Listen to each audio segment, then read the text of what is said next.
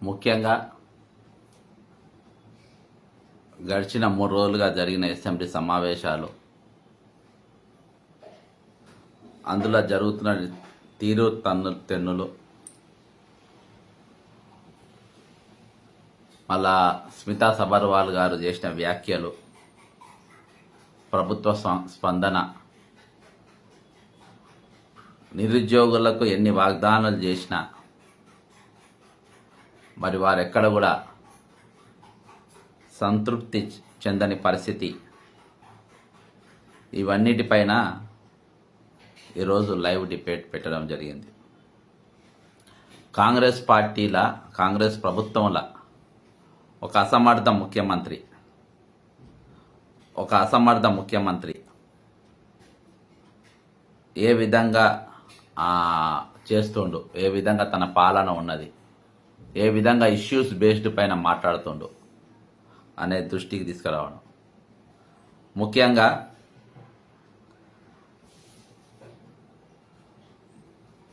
నిన్న అక్బరుద్దీన్ ఓవైసీ తోని ఒక కన్స్ట్రక్టివ్, ఒక కాంక్రీట్ బేస్డ్గా చర్చ జరగకుండా ఒక మ్యాచ్ ఫిక్సింగ్ చర్చ లెక్క నిన్న జరిగింది. దాదాపు ఈరోజు చాలా రాష్ట్రాలలో ఎంవైఎం వల్ల, వాళ్ళు పోటీ పెట్టడం వల్ల చాలా వరకు కాంగ్రెస్ పార్టీకి చాలా రాష్ట్రాల్లో నష్టం జరిగింది. అదొకటి. రెండవది, నాగార్జున సాగర్కి వెళ్ళి 3 టీఎంసీ నీళ్లు చంద్రబాబు నాయుడు గారు వాళ్ళ రాష్ట్రానికి తీసుకుపోతుంటే ఈరోజు ఎక్కడ కూడా చర్చ లేదు. అంతేకాకుండా దివ్యాంగులను సమానత్వంలో చూడాలి అని సుప్రీంకోర్టు చీఫ్ జస్టిస్ చంద్రచూడ్ గారు మాట్లాడినటువంటి దానిపైన ప్రధానంగా ఈరోజు గమనం తీసుకొని వస్తున్నాం. ఒకసారి నిన్న జరిగిన చర్చ ఆడియో వింటే మనకు అర్థమవుతుంది. ఎందుకంటే हम लोग मेट्रो रेल बनाने वाले हैं अकबर साहब, इसमें हम पक्का प्लानिंग किए, वोट मांगेंगे कि भाई इस बार चांद्रायन गुट्टा में कांग्रेस ओबीसी को आपको ज्यादा प्यार है, ओबीसी से मेरा कांग्रेस के बीवान लिए तो अकबर साहब को जिताने का जिम्मेदारी मेरी है, मैं जिम्मेदारी लेता हूँ साहब जरूर। भाई भाई मैं अभी वादा कर रहा हूँ चेयरमैन साहब, स्पीकर सर आपके सामने, अगर कोडंगल से मेरा कांग्रेस के बीवान लिए तो अकबर साहब को जिताने का जिम्मेदारी मेरी है, मैं जिम्मेदारी लेता हूँ साहब का मेरा విన్నారు కదా. ఈయనకేం అవసరం? ఈయనకు కోడంగల్కి వెళ్ళి తీసుకొచ్చి నువ్వే నేను కాబోయే ముఖ్యమంత్రి అభ్యర్థినని అది ఇది నానా అన్ని వేషాలు వేస్తే గెలిచినావు. ఆడ నువ్వు నా దగ్గరకు వచ్చి పోటీ చేయి, నేను ఉప ముఖ్యమంత్రి చేస్తా నా అది ఇది అని అన్నాడు.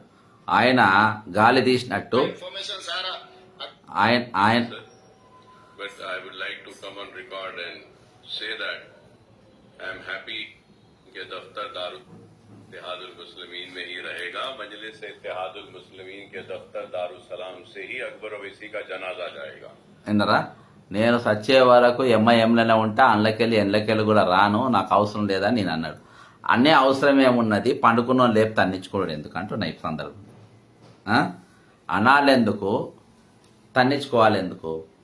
ఈరోజు ముఖ్యమంత్రి అనేతోడు తన స్టాండర్డ్ను మెయింటైన్ చేయాలి.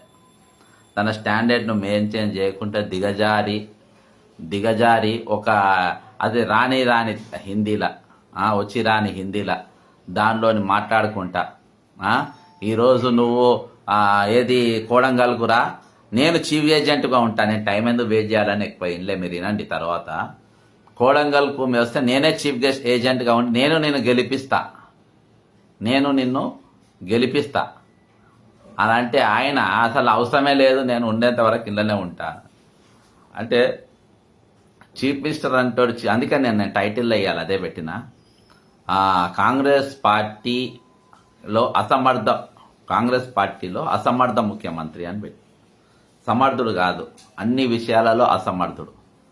తెలంగాణను కాపాడంలో అసమర్థుడు, తెలంగాణ వనరులు కాపాడంలో అసమర్థుడు, ఒక సభా నాయకునిగా ఉండడంలో అసమర్థుడు, ఒక శాఖలను ఒక తాటిపైన నడపడంలో అసమర్థుడు, తన దగ్గర ఉన్న శాఖలను కూడా న్యాయం చేసేలో అసమర్థుడు.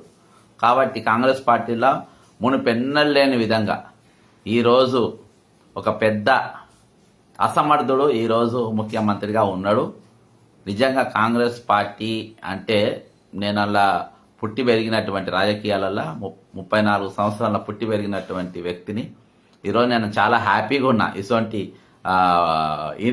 ఈ ప్రభుత్వంలో ఉన్న మనిషి దాంట్లో నేను లేననే దాంట్లో నేను చాలా సంతోషంగా ఉన్నా లేనందుకు, ఈ పార్టీలో లేనందుకు. కాంగ్రెస్ వీళ్ళు చేసే తప్పిదాలు మోయాల్సిన అవసరం నాకు లేకపోయినందుకు ఐఎమ్ వెరీ హ్యాపీ. ఇక ముందుకు పోతే మనము ఈరోజు ఎక్కువ మాత్రము మనము కొన్ని నిరుద్యోగుల సబ్జెక్ట్కి వద్దాము. దానికంటే ముందుగా ఈరోజు మనం నీళ్లు నిధులు నియామకాలు 3 పేర్లతోని తెలంగాణ ఏర్పడ్డది, 3 నినాదాలతోని. సరే, నిధులు ఏమైనాయి అనేది మనకు అందరికీ తెలుసు. అప్పులు ఏ విధంగా అప్పులల్లో ఉన్నాము. ఈరోజు సరే వాటిని సరిదిద్దడంలో ఇప్పటిదాకా గవర్నమెంట్కి ఏం స్టెప్స్ పడతలేవు. ముఖ్యంగా నేను ఒకటి చెప్పదలుచుకున్న ఈ సందర్భంగా, ముఖ్యమంత్రి రేవంత్ రెడ్డి గారు ఓఆర్ఆర్ ఏదైతే ఐఆర్బి కంపెనీకి ఇచ్చిండ్రో దానిపైన మీరు కేంద్ర విజిలెన్స్కు కంప్లైంట్ ఇచ్చిండ్రు. అందులో నేను కూడా కంప్లైంటెంట్ను. కాకపోతే మీరు అప్పుడు ఎంపీ గారు, ఇప్పుడు చీఫ్ మినిస్టర్ గారు. మీరు తలుచుకుంటే 2 నిమిషాల పని. దాని మీద ఇప్పుడు వాళ్ళు డబల్ చేసిండ్రు దాన్ని, ఆ రేట్లు మొత్తము టోల్ రేట్లు డబల్ చేసిండ్రు.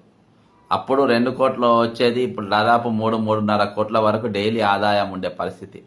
ఆ వనరుల పీపీపీ ప్రాజెక్ట్స్ మొత్తం కూడా ఈరోజు జలవిహార్ ఎంత కిరాయికి తీసుకున్నాడు, ఎంత రెంట్కి ఇచ్చినాం మనము, ఆయన ఎన్ని బ్యాంక్వెట్ హాల్లు కట్టిండు, అందులో ఎన్ని హోటల్స్కు, ఓరీస్ హోటల్ ఎన్ని ఫ్లోర్స్లలో ఉన్నాయి, డైలీ ఎంత సంపాదిస్తుండు, ప్రభుత్వంకి ఎంత గండి కొడుతుండు అనేది ఒకసారి ప్రభుత్వం చూసుకుంటే, మీరు చేస్తే అలా మంచి పెద్ద ఆదాయం ప్రభుత్వానికి ఉంటుంది. ఐమాక్స్ అంటే దీని మీద హైకోర్టులో వేసి ఆర్డర్ తీసుకొచ్చిన.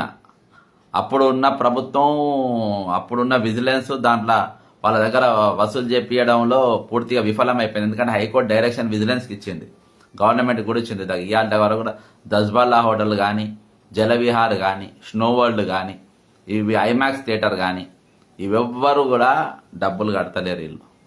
కాబట్టి అదొక ఆర్థిక వనరు. ఇంకోటి, ఒక అడ్వర్టైజింగ్ బోర్డులు చూసుకుంటే మీరు కొన్ని 100 కోట్ల రూపాయలు ఈరోజు ప్రభుత్వానికి, ముఖ్యంగా జిహెచ్ఎంసీకి నష్టం. మీరు దాని మీద ఇదివరకు కాంగ్రెస్ పార్టీ అధికారంలో ఉన్నటువంటి అంటే చిన్న చితక అడ్వర్టైజ్మెంట్ కంపెనీ బతికెత్తిరిగా చేస్తే వాళ్ళు సకాలంలో రెంటల్స్ కడతారు. మొత్తం ఎల్ఎన్టీకి పెత్తనం ఇస్తే ఎల్ఎన్టీకి మధ్యలో పిల్లర్ల పైన తప్ప, దీని మీద నేను సపరేట్ వీడియో కూడా చేయబోతున్నా, సెంటర్ పిల్లర్స్ మీద తప్ప సైడ్లా ఎక్కడ కూడా వేయడానికి వీల్లేదు. కానీ వాళ్ళు రోడ్డుకు, ఎందుకంటే దాని మీదకి పడతారనే అవన్నీ రద్దు చేసి ఆ రోజు కేటీఆర్ గారు. ఇప్పుడు మళ్ళా రోడ్డుకు మద్దం పెట్టి ఇట్లా పెడితే అవి కింద పడితే ఎవరిని ఎత్తి మీద పడితే వస్తాయి. ఒక దిక్కు కాంక్రీట్ దెబ్బ తింటా ఉంటుంది, ఒక దిక్కు దాని యొక్క పవర్ పోతూ ఉంటుంది, కాంక్రీట్ పవర్ పోతుంది. ఫ్యూచర్లో అది సేఫ్టీ మెజర్లా కూడా ఉండదు. ఇక ఇబ్బందికరమైన పరిస్థితి ఉంటుంది. పైగా ఎల్ఎన్టీ వాళ్ళు ₹1 కూడా గవర్నమెంట్కి కడతలేరు. వాళ్ళు వసూలు చేసుకుంటున్నారు కానీ గవర్నమెంట్కి కడతలేరు.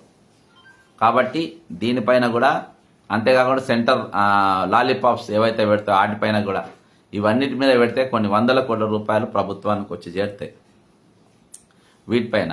కాబట్టి పీపీపీ ప్రాజెక్ట్స్, మీకు అడ్వర్టైజ్మెంట్స్ సంబంధించింది, ఇంకా అక్రమ నిర్మాణాల పైన కానీ వీటిపైన కానీ మీకు ఆదాయం సమకూర్చుకునే అవకాశం ఉన్నది. అయితే ఇంకోటి, ఇప్పుడు నీళ్ళ విషయానికి వస్తే ఇది పంచాయతీ అవుతా ఉన్నది. ప్రభుత్వం అప్రమత్తంగా లేకుంటే, గతంలో కొన్ని నీళ్లు తీసుకుపోతేనే మనం ఊరుకోలేదు. కానీ ఈరోజు చంద్రబాబు నాయుడు గారు ముఖ్యమంత్రి అయిన తర్వాత బాజాబ్తా ఈరోజు ఇవాళ మిర్యాలగూడలో ఉన్నటువంటి చెరువులు, కుంటలు మొత్తం నీళ్లు అడగంటిపోయినాయి. అక్కడ చుట్టుపక్కల ఉన్నటువంటి చెరువులు, బోర్లు ఈరోజు అడుగంటిపోయే పరిస్థితి అక్కడ ఉన్నది. కాబట్టి ఇటువంటి టైంలో ఇక్కడ 3 టీఎంసీలు ఇటీవలే టైల్ పాండ్ నుంచి 3 టీఎంసీల నీళ్ల మళ్లింపు. ఇయాటి వరకు సాగర్ నీటిని 5.5 టీఎంసీల నీళ్లు, అంటే 1 టీఎంసీ వచ్చి దాదాపు 10,000 ఎకరాలకు నీటి సరఫరా అవుతుంది. మరో 2.5 టీఎంసీల నీరు ఇవ్వాలని కేఆర్ఎంబీకి ఏపీ వినతి చేసింది. జలాల తరలింపుపై ఏమాత్రం నోరెత్తని తెలంగాణ ప్రభుత్వం. కేఆర్ఎంబీ మీటింగ్కు డుమ్మా.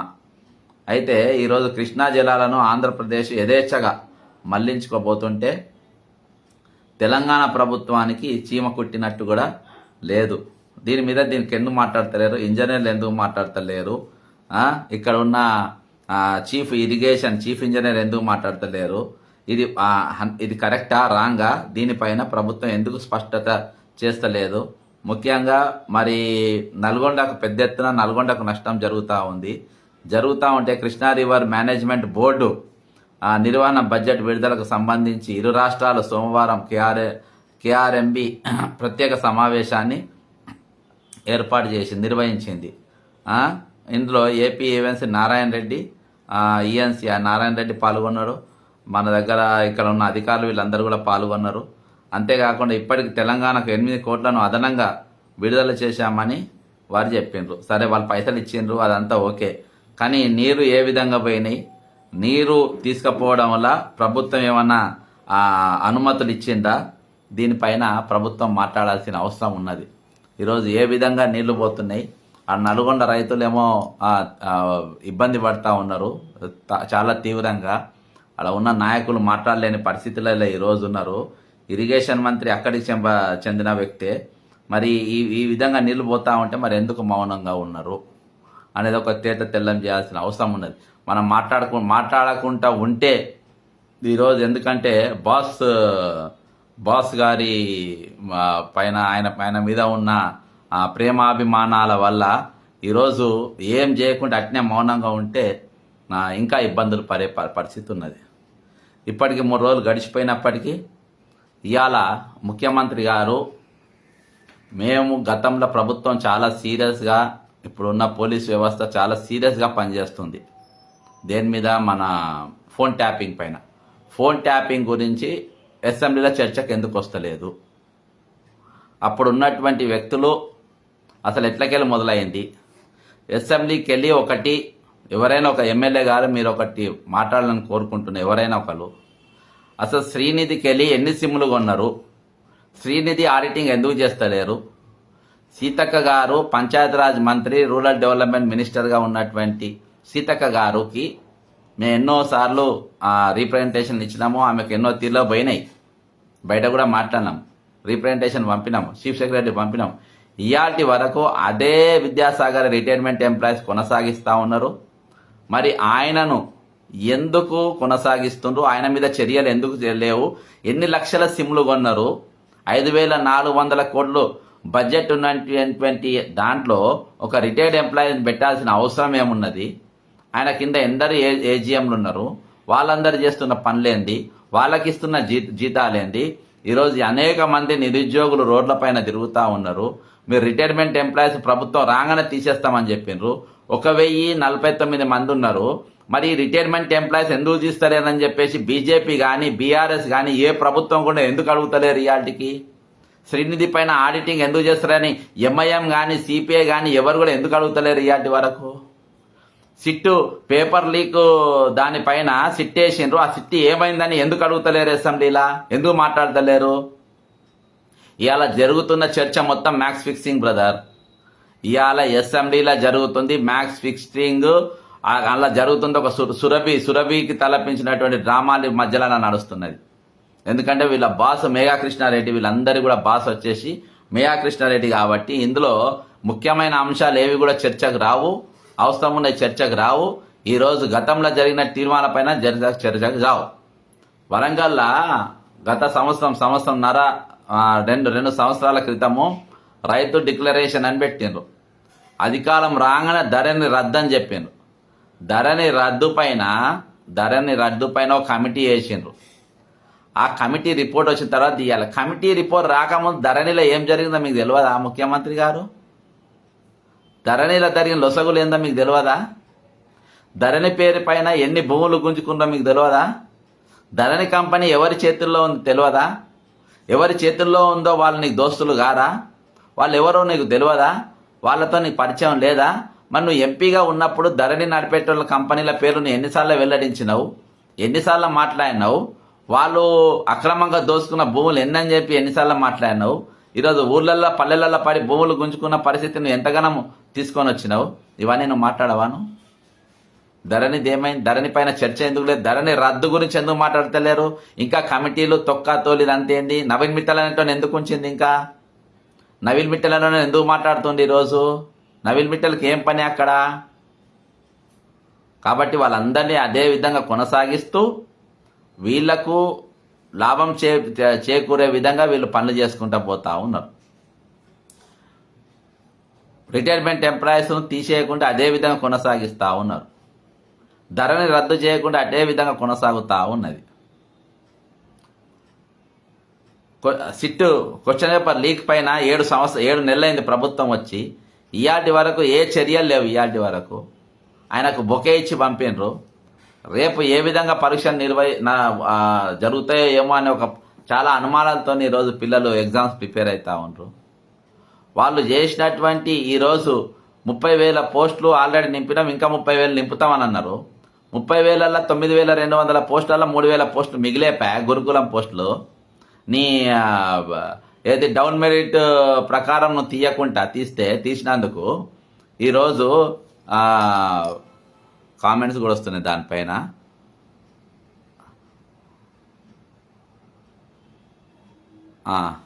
రిలింగ్విష్మెంట్ జీవోని ఇంప్లిమెంట్ చేయాలని చెప్పేసి ఈరోజు మిత్రులు కోరుతా ఉన్నారు. అయితే మీరు ఇయాటి వరకు దానిపైన మీరు ఎందుకు మాట్లాడతలేరు? 3,000 పోస్టులు మిగిలిచ్చి నెక్స్ట్ నోటిఫికేషన్ వేసుకొని మళ్ళీ 30,000 అవి కలుపుతారు. ఈ దొంగ లెక్కలు ఇంకా ఎన్ని రోజులు నడుపుతారు? DSC okay bill of relinquishment need to be introduced at TG అసెంబ్లీలో పెట్టండి ఒకసారి. ఇంగ్లీష్ నడుస్తుంది కదా. ఆపోజిషన్ లీడర్ మీరన్నా, బీజేపీ ఎంఐఎం బీఆర్ఎస్కు చెందిన వాళ్ళన్నా మీరు దీనిపైన మాట్లాడండి. రేపు గురుకులాల పోస్టు బిల్లు పెట్టాలని చెప్పేసి మాట్లాడండి. ఈ 3,000 పోస్టులు మరి ఏం చేయబోతుంది? మిగిలిన 3,000 పోస్టులు దాదాపు 2,000కి వెళ్ళి 2,500కి వెళ్ళి 3,000 పోస్టులు దాకా మిగిలినాయి. వాటిని ఏం చేయబోతున్నారు? ఈరోజు అంతమంది టీచర్లు లేకుండా ఎకనామిక్ ఇయర్ నడవాలన్నా, స్కూళ్ళు నడవాలన్నా, కాలేజీలు నడవాలన్నా ఈరోజు? కాబట్టి గురుకులంలల్లా కాబట్టి ఇంత అన్యాయంగా చేస్తా ఉన్నారు ముఖ్యమంత్రి గారు. ఈరోజు మీరు నార్మలైజేషన్ అనేది ఎందుకు? నార్మలైజేషన్తో చేయాల్సిన అవసరం ఏమున్నది? ఈరోజు ఒక జిల్లాల టఫ్ వస్తుంది పేపర్, ఒక జిల్లాల మామూలుగా వచ్చింది. కాబట్టి 1-2 మార్కులతో చాలామంది అవకాశాలు కోల్పోయినారు డిఎస్సి రాయడానికి. ఇంకోటి చాలామందికి ఏజ్ బార్ అవుతుండ్రు. నార్మలైజ్ చేయడానికి మీకు వచ్చిన రోగం ఏంది? మీకు వస్తున్న నొప్పి ఏంది? మీకు ఏమవుతుంది? మీకు బాధ ఏమవుతుంది? నీకు కొత్తగా పోస్టులు ఏం పెంచావు కదా? అదే 11,000 పోస్టులకి వెళ్ళి కదా వీళ్ళందరూ వేయాల్సింది.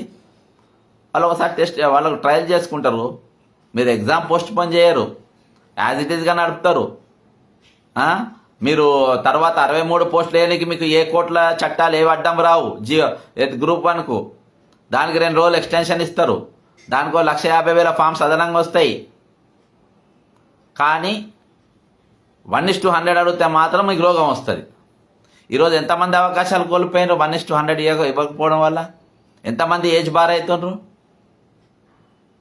ఎంతమంది నువ్వు నౌకర్లు ఇస్తలేవు కదా, కోట్లలో ప్రాబ్లం కానికి నౌకర్లు ఇస్తలేవు కదా ఈరోజు. దీనిపైన రాహుల్ గాంధీ గారు ఎందుకు మాట్లాడతారు? ప్రియాంక గాంధీ గారు ఎందుకు మాట్లాడతారు? వాళ్ళకి తెలుస్తలేవా? ఇక్కడి ఇక్కడ దీపాదాస్ మున్షి గారు ఏం చేస్తుంది? ఇక జరుగుతున్న విషయాలు అక్కడ చెప్పకుండా ఇక్కడ ఇన్ఛార్జ్ గారు ఏం చేస్తున్నారు? రాహుల్ గాంధీ దృష్టికి ఇవన్నీ తీసుకపోకుండా, ఇక్కడ ఇష్యూస్ పైన మాట్లాడకుండా, నార్మలైజేషన్ అనేది చేయకుండా డిఎస్సి ఎగ్జామ్ ఏ విధంగా పెడతారు? కాబట్టి అనేకమైన ఇష్యూస్ ఈరోజు అసెంబ్లీలో చర్చ జరగాల్సిన అవసరం ఉన్నది. తీర్మాన్ మల్లయ్య గారు మీరు మాట్లాడాలి, మీరు ఎందుకంటే మీరు గ్రాడ్యుయేట్ ఎమ్మెల్సీ, మెల్లగా మాట్లాడితే కుదరది. Sir Jeevan Reddy sir sir sir sir అంటే కాదు, మెల్లగా మాట్లాడితే కుదరది. కొంచెం గట్టిగా మాట్లాడండి, సబ్జెక్ట్ పైన మాట్లాడండి. బిడ్డలు ఆగమవుతుండ్రు, బిడ్డలు పరేషాన్ అవుతుండ్రు. అనిల్ కుమార్ గాంధీ గారు, మీరు రేవంత్ రెడ్డి గారు, మీరు ప్రజా దర్బార్ పెడతలేరు. ప్రజలకు దర్బార్ అని రోజు కలుస్తామన్నారు. ప్రజా దర్బార్ ఉంటే వీళ్ళందరూ మిమ్మల్ని గచ్చేటోళ్ళు, వాళ్ళ తిప్పలు ఎంతో నీకు తెలిసేది. దాదాపు 23 జిల్లాలు 7 కోట్ల జనాభా ఉన్నప్పుడు అప్పటి వైఎస్ రాజశేఖర రెడ్డి గారు ముఖ్యమంత్రి గారు కానీ, కిరణ్ కుమార్ రెడ్డి గారు కానీ, లేదా వేరే ఎమ్మెల్యే ముఖ్యంగా రాజశేఖర రెడ్డి గారు అయితే డైలీ రోజుకు మామూలు మనిషిని, సగటు మనిషిని 2000 మందిని కలిసేది. ఎక్కడెక్కడికి వచ్చి 1 గంట టైం ఇస్తే ఏమైపోతుంది? ఒకరోజు నువ్వు వచ్చినావు, తర్వాత నీ మంత్రులు వచ్చిండ్రు రోజుకొకరు, తర్వాత 2-3 ఐఏఎస్లు వచ్చిండ్రు. ఇప్పుడు చెప్రాజులకు ఇచ్చే పరిస్థితి వచ్చింది. అక్కడికి నువ్వు కంచె తొలగించినావు అని అంటే ఈ కోదండరాం మా వాళ్ళంతా పోయి పటాకీలు కాల్చిండ్రు. నేను అన్ను ఉన్నవేమో, నువ్వు ఎప్పుడంటే అప్పుడు కలవనికి నన్ను రావచ్చు అని కంచె తొలగించిన అని అందరూ అనుకున్నారు.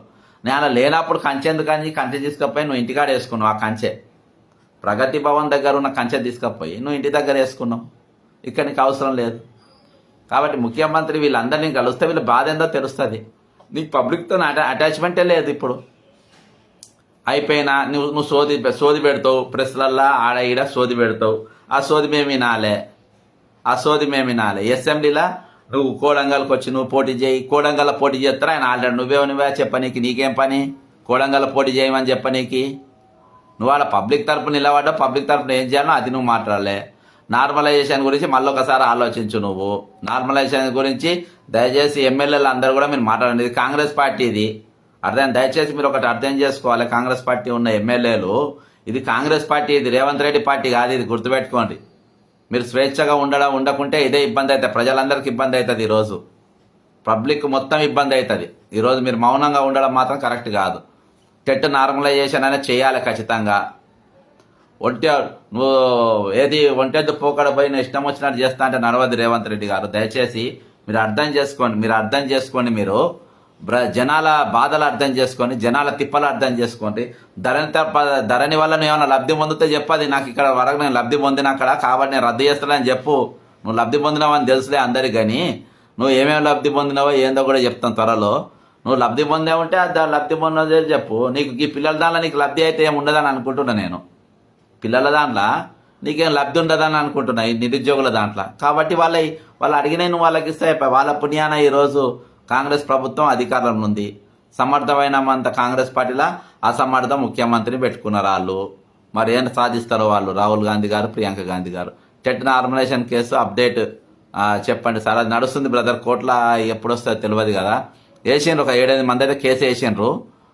మరి ఆ స్టేటస్ ఎట్లా నడుస్తుంది అనేది మనకు తెలియదు. రేపు సోమవారం అయితే తెలుస్తుంది, రేపటి దినాన. ఎప్పుడు కూడా అంత పెద్ద చెత్త ముఖ్యమంత్రిని చూడలేదు. తెలంగాణ ఏమైనా గుంపు మేసే జాగిరా కాదు బ్రదర్. వేరే జాబ్ క్యాలెండర్ ప్రకటించేసిన అని ఎన్టీవీ రిపోర్టర్కి చెప్పిండు కదా బ్రదర్. గెలిపింది కదా, ఇంకా ప్రకటించుడు ఎక్కడిది? ప్రకటించిన అని చెప్పేసిండు. గురుకుల పోస్టులు అదే 3000 పోస్టులు మిగిలించుకున్నాడు. అవి వచ్చిన నోటిఫికేషన్ చూపెట్టనీకి అని చెప్పి పెట్టుకుండో ఏందో. 3000 మంది పేద పిల్లలు ఈరోజు 3000 మంది టీచర్లు లేకుండా వాళ్ళు చదవాలి. Sir good evening. Gurukul interim order not following, no information. ప్రభుత్వానికి ఇవ్వాలని నేను చెప్తున్నా. No general rank not at provided, unemployment increasing, age bar. నేను అదే చెప్తున్నా, వాళ్ళ ఏజ్ బార్ అవుతుంది. రాజకీయాల ఏజ్ బార్ ఉండదు కాబట్టి మన ఎన్లైన్లో నడుస్తాయి, కానీ ఏజ్ బార్ ఉంటుంది. మన కోర్టు చెప్పిన ఆర్డర్స్ అయినా మీరు ఫాలో కాండి. కోర్టు కూడా మీకు ఆ గౌరవం లేదా? కోర్టు అంటే కూడా నీకు ఆ గౌరవం లేదా చెప్పండి. కిరణ్కు married person still preparing which is burden to family for taking care of old parents, school ఫీజులు, hospital expenses, grocery expenses etcetera, ఇవన్నీ సమస్యలు ఉంటాయి. కాబట్టి రింగ్లిష్మెంట్ జీవోను షుడ్ బి ఇంప్లిమెంటెడ్ అని చెప్పేసి కిరణ్ బ్రదర్ పెట్టిండు. కరెక్టే రేవంత్ రెడ్డి గారు, మీకైతే ఈ ప్రాబ్లమ్స్ ఏమి ఉండేవి, మీకు అన్ని ఎక్సెస్ ఉంటాయి. కానీ మామూలు సగటు కుటుంబాలకి ఇవన్నీ సమస్యలు ఉంటాయి. కాబట్టి మీరు అర్థం చేసుకోండి. ఈ బిల్లు మీరు వెంటనే ఇంట్రడ్యూస్ చేయండి. వై యూ నీడ్ 1:100 అనేది టెట్ నార్మలైజేషన్. కొంతమందికి వై యూ నీడు అది రానోళ్ళకు వాళ్ళకి నీడు, నీకు కాదు అవసరం లేదు బ్రదర్. అది అది అవసరం ఉన్న వాళ్ళు అడుగుతున్నారు, అవసరం లేని వాళ్ళు అడిగే అవసరం లేదు. టెట్ నార్మలైజేషన్ చేయాలి అండ్ డిఎస్సి క్యాన్సల్ చేయాలి. డిఎస్సి అనేది వాళ్ళకు ఈరోజు మినిమం 45 రోజులు ఉండాలి టైము. 45 రోజులను పెట్టకుండా ధన్మన్ ఎగ్జామ్ పెట్టేసిన విపరీతమైన పోర్షను. ఒక్కొక్కరికి ఎంతమంది ప్రెజర్ పెరుగుతుంది అనేది ఇక మీకు అర్థమవుతలేదు, మీకు ముందు ముందు అర్థమవుతుంది. అది చాలా ప్రెజర్లో ఉన్నారు ఈరోజు పిల్లలు.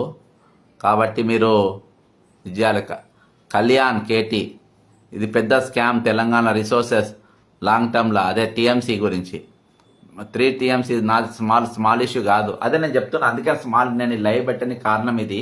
కాకపోతే అసెంబ్లీ నడుస్తుంది కాబట్టి అన్ని ఇష్యూస్ కూడా నేను మాట్లాడడం జరుగుతుంది. ఈరోజు 3 TMC నీళ్లు పోతున్నాయంటే ఇది చిన్న ఇష్యూ ఏం కాదు. 46 జీవో రద్దు గురించి 46 జీవో రద్దు గురించి మధు అడుగుతుండు. దానికి ఒక కమిటీ వేసిండ్రు. మరి ఆ కమిటీ ఎప్పుడు రిపోర్ట్ ఇస్తుందో ఏందో దేవునికి తెలుసు. ఇప్పుడు సీఎం దగ్గర ఉందని మల్లెడ్డి రంగారెడ్డి మన కోమరెడ్డి వెంకరెడ్డిగా చెప్తుండు. ఆయన కోమరెడ్డి వెంకరెడ్డిని కూడా నిన్న మంత్రుల స్టేచర్లో లేరు. ఆయన కుసోమని ఆయన హరీష్ రావు గారు ఎట్లా మాట్లాడండి నిన్న,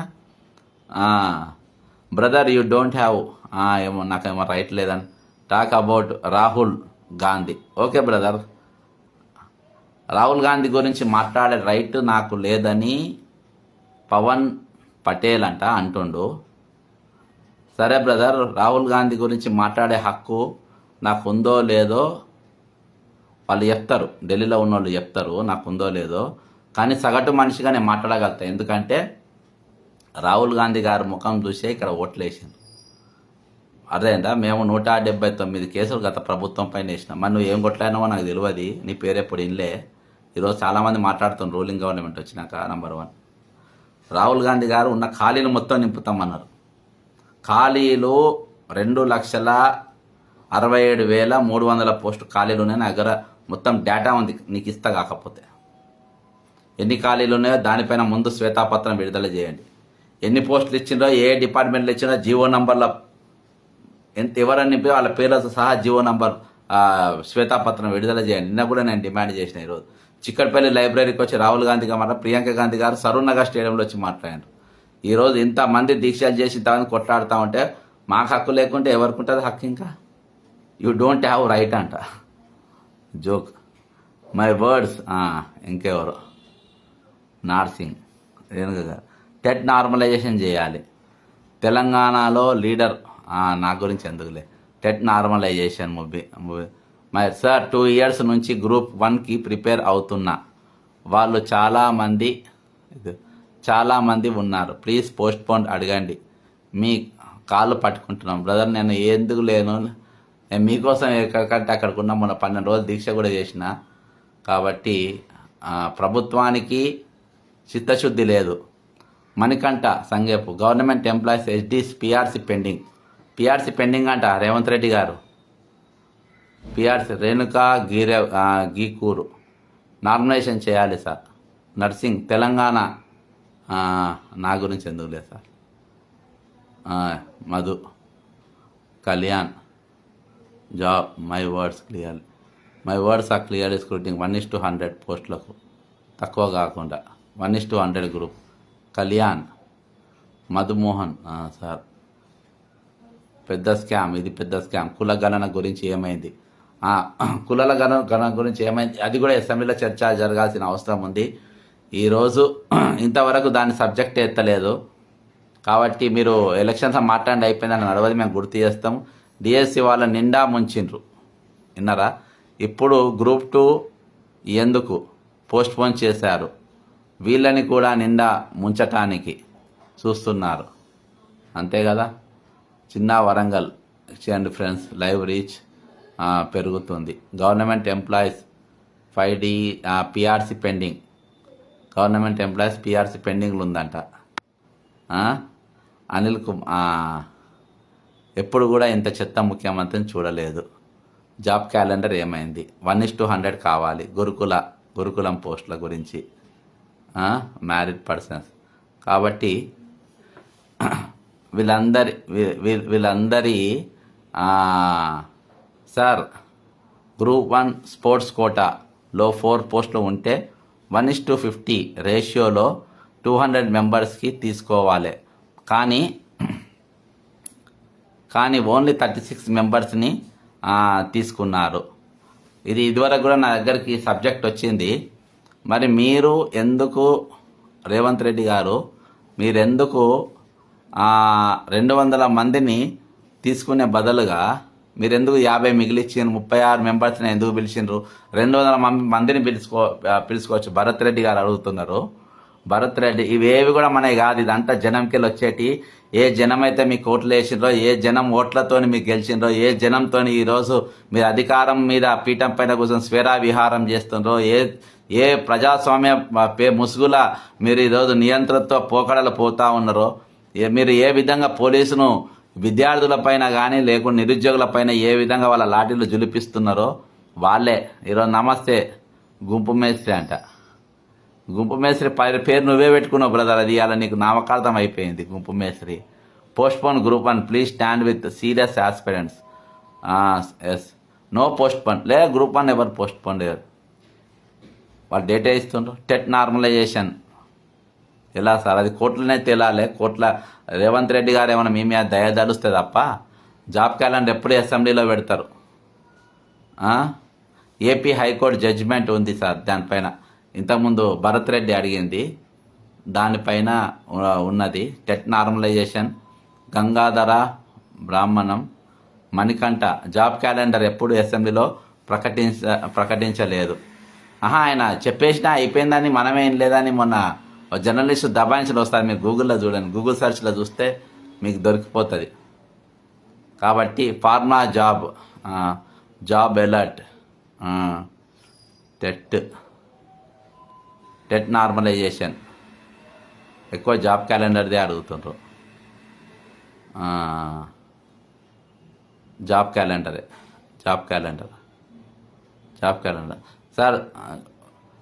sir group 1 postpone. My words are clearly scrutinise. Sir group 1 postpone చేయకండి ప్లీజ్. ఎగ్జామ్ ప్రిపేర్ అవుతుంది. గురుకులలో డౌన్ మెరిట్ లిస్ట్ ఇవ్వాలి సార్, అదే అడిగింది. ఇది ఎవరు అడిగిండ్రు? Devansh Abhi. Rakonda Naresh. Sir job calendar ఎప్పుడు వస్తుంది సార్? ఆయన వచ్చిందని అంటుండు.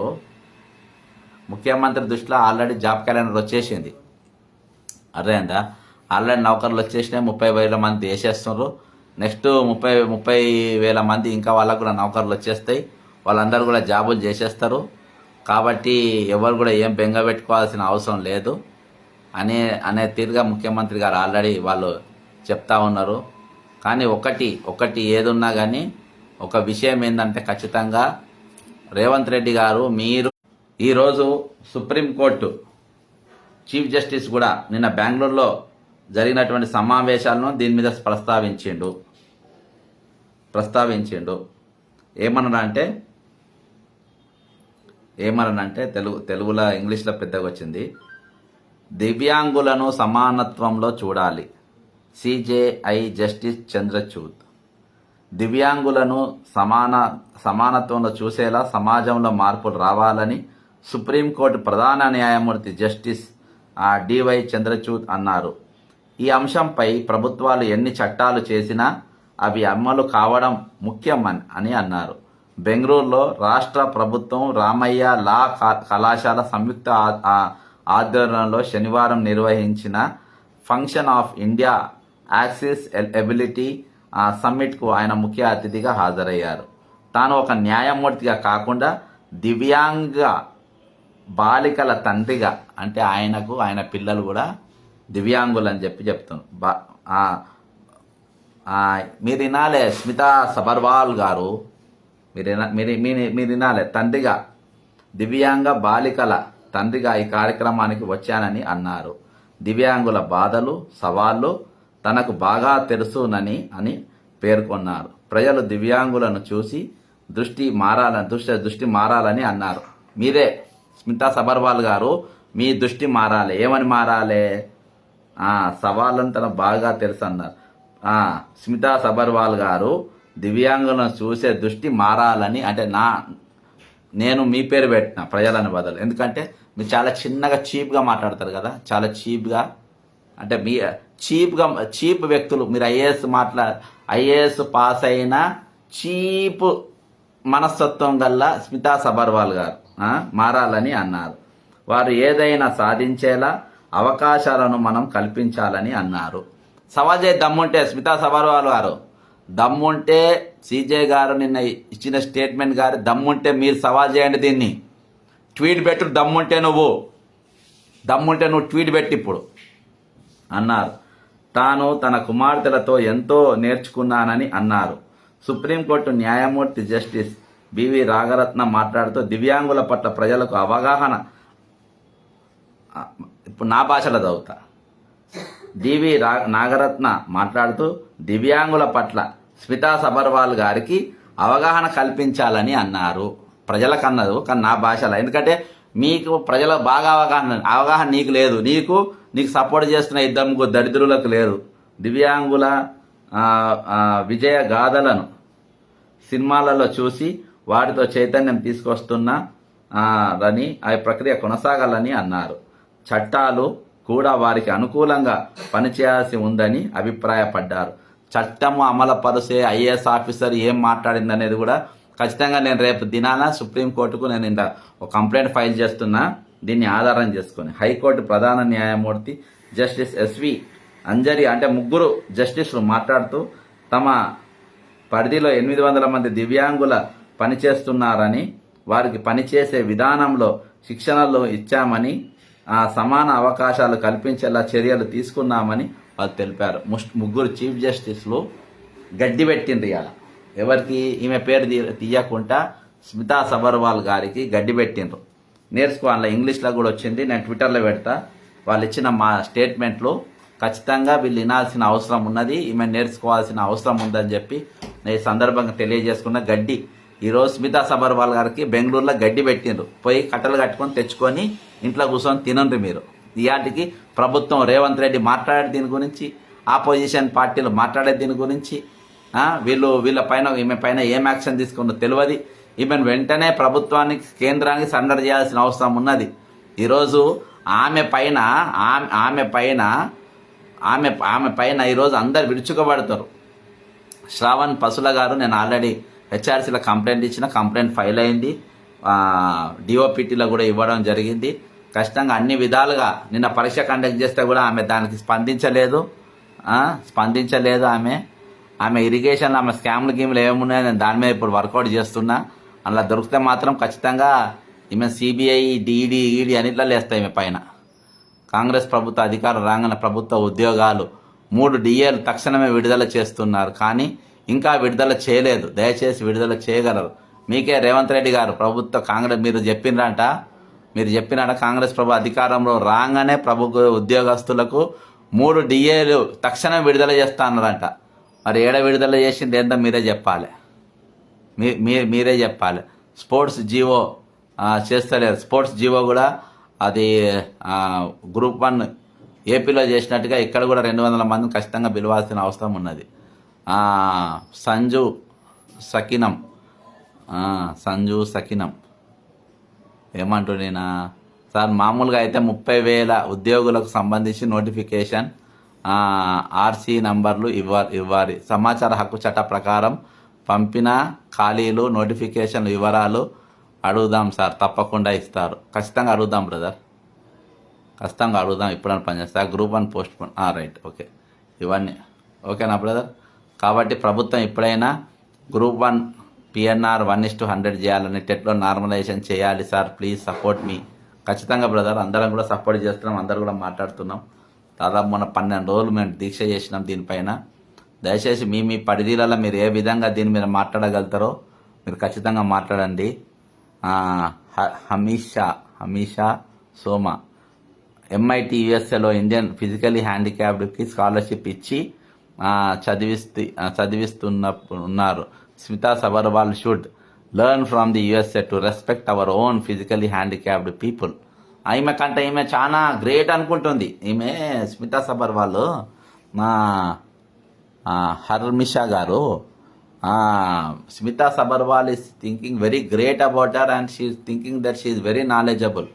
నా అంత తెలివిగల్లో ఎవ్వరు లేరు, అసలు ఇంత పెద్ద సబ్జెక్ట్ ఎవరు మాట్లాడలేదు, వాళ్ళకి ధైర్యం లేదు, నాకు పెద్ద కరేజ్ ఉన్నది అని ఒక వీర వనిత లెక్క మాట్లాడండి. ఈరోజు నిన్నటి దినాన 3 సీజేలు గడ్డి పెట్టిండ్రు బెంగళూరులో లా కాలేజీలో, అయినా కానీ బుద్ధి వస్తలేరు, ఇంతవరకు పశ్చాత్తాపం లేదు. ఒక ప్రభుత్వం ముఖ్యమంత్రి గారు కానీ ప్రభుత్వం నుండి ఎవ్వరు కూడా ఈమె పైన యాక్షన్ తీసుకోవాలని ఎవరు కూడా మాట్లాడతారు. సీతక్క గారు, కొండ సురేఖ గారు ఇద్దరు మాట్లాడినరు. మాటలు కాదు, వాళ్ళ చేతిలో చాతలు ఉన్నాయి, వాళ్ళ పైన ఒక లెటర్ పెట్టాలి, వాళ్ళ పైన ఈమెను వెంటనే తీసేయాలి. ఈమె పాత్ర ఏమున్నది, ఏది ఇరిగేషన్లో ఈమె సీఎం దగ్గర ఉన్నప్పుడు ఉన్న పాత్ర ఏమున్నది అనే దానిపైన కూడా మీరు ఖచ్చితంగా చేయాల్సిన అవసరము, లెటర్లు పెట్టాల్సిన అవసరం ఉన్నది. మీరు స్టేట్మెంట్ ఇస్తే సరిపోద్ది దీనిపైన. కాబట్టి ఎట్లా నార్మలైజేషన్ చేయాలి sir, please support me. B Mohan. Shravan, Telangana రాష్ట్రంలో అన్ని జిల్లాలకు ఎస్ఐ డిస్పెన్సరీలు మంజూరు అయ్యాయి, కానీ రాష్ట్ర ప్రభుత్వం స్థలం కేటాయించలేదంట. సార్ టెట్ నార్మలైజేషన్ అప్డేట్ అది కోర్టులో ఉన్నాయి, కోర్టులో లేచిన బ్రదర్. వీళ్ళు చేయాల్సిన ప్రభుత్వం చేయాలి, ప్రభుత్వం పైనే మన ప్రెజర్ పెంచాలి. మన స్థానిక ఎమ్మెల్యేల ఇళ్ళ కాడ మెరిసి నెక్స్ట్ ఆడ ధర్నాలకు కూర్చోవాలి అంతే. ఇక అన్న మీ పోరాటాలు మా వేల దండాలు, తొందరలోనే మిమ్మల్ని కలుస్తా తప్పకుండా. జై భీమ్. థ్యాంక్ యూ బ్రదర్, జై భీమ్. Thank you brother. ఖచ్చితంగా నేను రెగ్యులర్గా మీకు ఎప్పటికప్పుడు నేను మీకు రానికి ట్రై చేస్తా. ఖచ్చితంగా అన్ని ఇష్యూస్ డివైడ్ చేసి ప్రతి ఇష్యూ పైన కొట్టడానికి నెక్స్ట్ దర్బార్లో, ఎందుకంటే ప్రజా దర్బార్ విఫలమైపోయింది. రేవంత్ రెడ్డి గారి దర్బారు ప్రజాప్రభుత్వ దర్బారు. ఈరోజు ప్రజాప్రభుత్వం ప్రజలకు అందుబాటులో లేకుండా టైటిల్ మాత్రం ప్రజా ప్రభుత్వం, కానీ టైటిల్కు అన్యాయం జరుగుతుంది ఈరోజు. కాబట్టి ఖచ్చితంగా వచ్చే రోజుల్లో నేను ప్రజా దర్బార్ డైలీ నిర్వహిస్తా. నేను నిన్న చెప్పిన తిరిగా ఖచ్చితంగా నేను ఒక స్క్రీన్ తీసుకున్నాక నేను ఒక్కొక్కళ్ళని డైరెక్ట్ మీతో పిలిచి సంబంధించిన అధికారులతో కూడా పని చేపించే తిరిగా చేపిద్దాం. ఖచ్చితంగా నేను మీ వెంట ఉంటా. Thank you. జర ముఖ్యమంత్రి గారు మీరు కొంచెము డిగ్నిటీ మెయింటైన్ చేయండి, ఓకేనా. మణికంఠ, పిఆర్సీ పిఆర్సీ మౌనం ఎందుకు, కమిటీల పేరుతో కాలయాపన చేస్తున్న కాంగ్రెస్ ప్రభుత్వం అన్నది రేవంత్ రెడ్డి చేస్తుండేది. డిఏలు పిఆర్సీలు గురించి ఎందుకు మౌనంగా ఉంటుండ్రు, క్యాబినెట్ సబ్ కమిటీ పేరుతో ఉద్యోగుల సమస్యలను కాలయాపన చేస్తుండ్రు. ఉద్యోగుల సమస్యలు ఎప్పుడో తెలంగాణ ఏర్పడంగానే అటకెక్కింది బ్రదర్. ఎంపీడీఓ ఒక మన కమలాపూర్ ఎంపీడీఓ పైన అప్పుడు ఉన్నటువంటి మంత్రి ఎర్రబెల్లి దయాకర్రావు అనుచిత వ్యాఖ్యలు చేస్తే ఒక్క ఉద్యోగ సంఘం మాట్లాడలే. నేను జాతీయ మహిళా కమిషన్ల కేసు వేసి చాలా రోజులు కొట్లాడినా. అందులో తరుణ్ జోషి గారు ఆ వాడిన పదాలు ఎంకరేజ్ అని తీరుగా చెప్పి మాట్లాడిండు. కాబట్టి అది ఎన్ఆర్కి అఫీషియల్ అంట. నమస్కారం సార్, తెలంగాణ గ్రామీణ ప్రాంతం మరియు పట్టణ ప్రాంతాల్లో బెల్ట్ షాపుల గురించి ఒకసారి మీ బక్కా జడ్సన్ యూట్యూబ్ ఛానల్ ద్వారా స్పందించండి. ఖచ్చితంగా బ్రదర్, ఈరోజు ప్రభుత్వం టార్గెట్ పెట్టుకుంది. పోయిన ప్రభుత్వం కంటే ఇంకో మీ 7,200 కోట్ల మంది ఎక్కువ మీ చూపెడతాం. రేట్లు పెంచకుంటే ఎక్కువ తాగుబోతులని చేసి చూపెడతామని చెప్తుండ్రు వాళ్ళు. ఖచ్చితంగా మనం చేద్దాము. ఈ బెల్ట్ షాపులు బంద్ అయ్యే విధంగా మనం పోరాటం చేద్దాం. జీవో 46 రద్దుకు మినిస్టర్స్కు చెప్పమంటాడు. మినిస్టర్ ఏమో సీఎంకు చెప్పుకోండి అని అంటారు. థ్యాంక్ యూ బ్రదర్ లైవ్కు. ఖచ్చితంగా ఇది మంత్రులు మీరు అందరు కలిసి మీరు అందరు మాటిచ్చిండ్రు జీవో 46 మీద. ఓడదాడేదాకా ఓడదాటినాక ఓడమల్లన్న దాకా చేయొద్దు. ముఖ్యమంత్రి పైన మీరు ఖచ్చితంగా ప్రెజర్ పెట్టండి. ఎమ్మెల్యేలందరూ 46 జీవో రద్దు చేయాలి అని ఎమ్మెల్యేలు మొత్తం పోయి సీఎం దగ్గర కూర్చోండి. రేపటి దినాన లోకల్ బాడీ ఎలక్షన్స్ వస్తున్నాయి, మేము ఖాళీగా కూర్చోం సార్. ఖచ్చితంగా రేపు నిరుద్యోగులందరూ ఎవరెవరికైతే ఉద్యోగాలు రావో వాళ్ళ దగ్గర పైసలు లేవు అని మీరు అనుకుంటున్నారు కావచ్చు. మేము మేనిఫెస్టో తయారు చేసి లోకల్ బాడీ ఎలక్షన్స్లో రేపు నిరుద్యోగ ఎవరెవరికైతే మీరు మోసాలు చేసినా వాళ్ళందరూ పోటీ చేస్తారు. ఖచ్చితంగా మీరు మళ్ళీ గెలవకుండా చూసుకునే బాధ్యత మాది. మీరేం ఫికర్ చేయకండి, అర్థమైందా. మీరు ఎన్ని పోరాటాలు చేసిండ్రు కేసీఆర్తోని, ఎన్ని యుద్ధాలు చేసిండ్రు అన్నీ తెలుసు. వాళ్ళతో సోపత్ చేసుకుంటా వాళ్ళతో మోడీ వస్తే మోడీ గారిని పోయి కలవాలి, కేసీఆర్ గారిని పోయి కలవాలి, వాళ్ళ మేఘా కృష్ణారెడ్డిని కలవాలి, ఏమైనా పైసలు ఇస్తే సంచులలో తెచ్చుకోవాలి.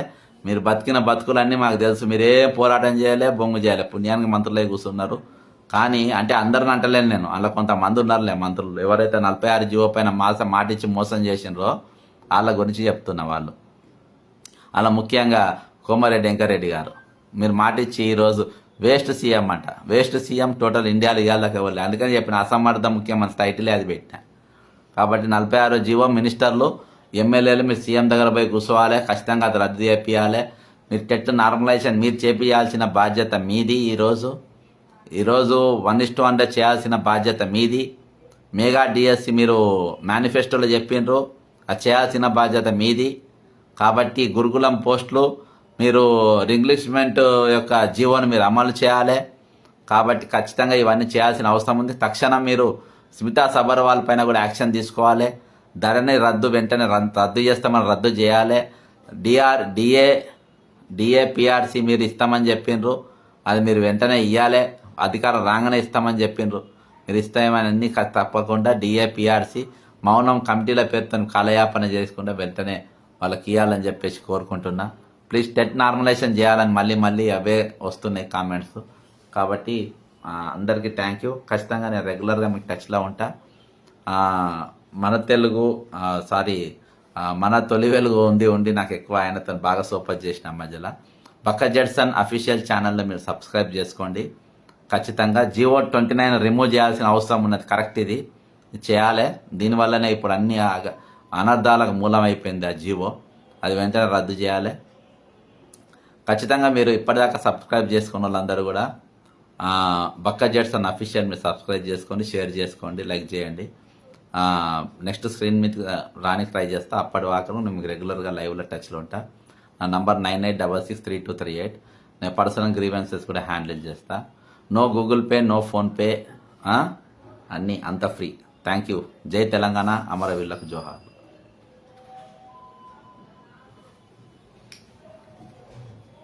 అది మస్తు అవుతుంది.